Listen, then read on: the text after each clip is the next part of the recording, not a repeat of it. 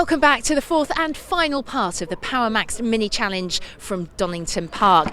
Now, the new season has attracted lots of new drivers across all classes, and in the Cooper class, Nathan Harrison is already making big waves. In fact, you're only 18, aren't you, Nathan? And you're driving like a pro out there, I've got to say. Yeah, it's been a fantastic weekend. It's a rookie weekend in the Mini Challenge. It's a great championship. We've come in with a first and a second. So I have to ask you, I mentioned that you're 18, but you've actually got quite a lot of racing history behind you. You started really young. Yeah, we started young. We've done karting. We won the British and Vice European champion.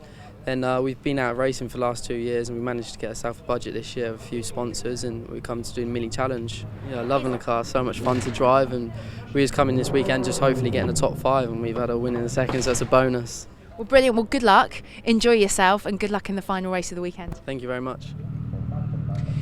With the last Cooper race cut short due to that dramatic overturn by Henry Neal, here's hoping that the Coopers can get a full race in to complete the Minis weekend here at Donington. Ben, over to you for the grid.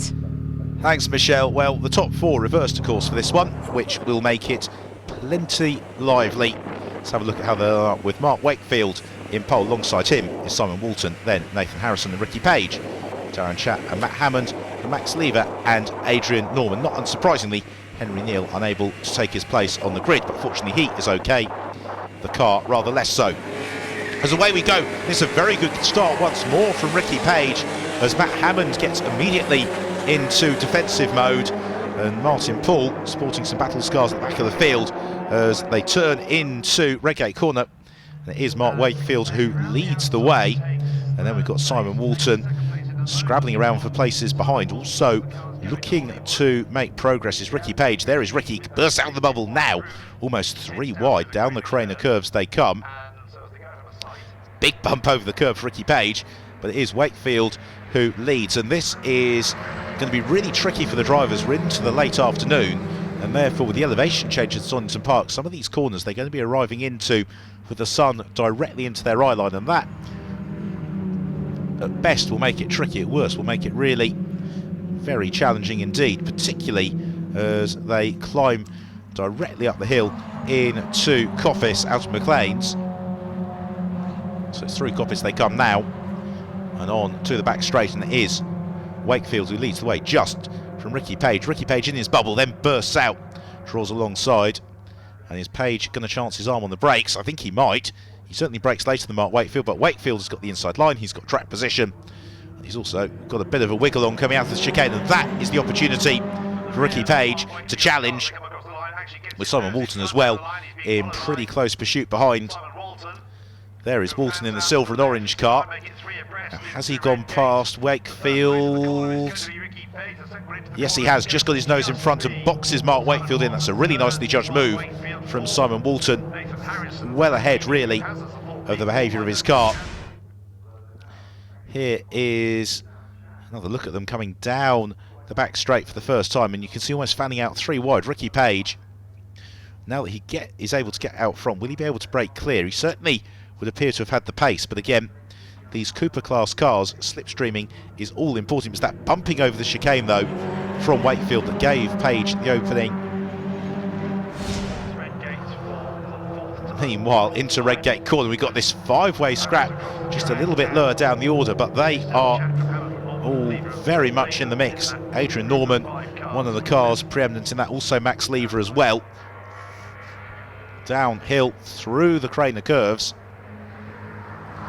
And this section of Donington Park really just flows. As a driver, you almost have to let the track do the hard work. It's Darren Chatt who's at the very head of the queue, and then Matt Hammond chasing along just behind him. So there is the white car of Chatt, the blue car of Hammond. Darren Chatt just left out a little bit wide there, possibly through McLean's. It means they go up towards Coppice again. Chatt to the outside, got somebody through the grass. That is Adam Davey.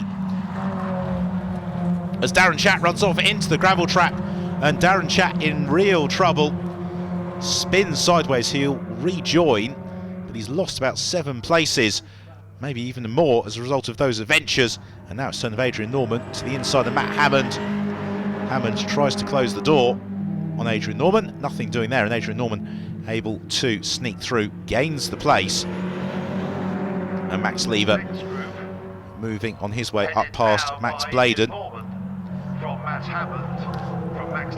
Meanwhile, we return to the battle at the very head of the field. Ricky Page from Simon Walton, then Mark Wakefield, Nathan Harrison, fourth in the queue, and that leading quartet now, as you can see, quite some way clear of the pretty ferocious squabble that is underway for fifth position.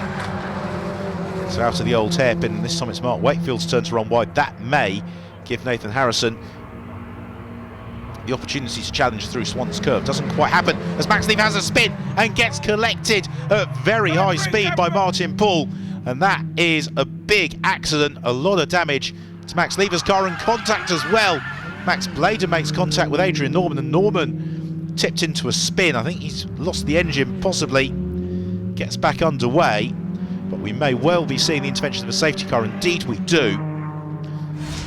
Let's have another look at it. Max Lever goes sideways, then the other way. Nothing Martin Poole could do as Lever spun back into his path. And they build these mini challenge cars very strongly. Therefore, fortunately, both drivers okay. Is the contact. Max Bladen very optimistic if there was a space there to the inside of Adrian Norman. Therefore, Norman goes sideways.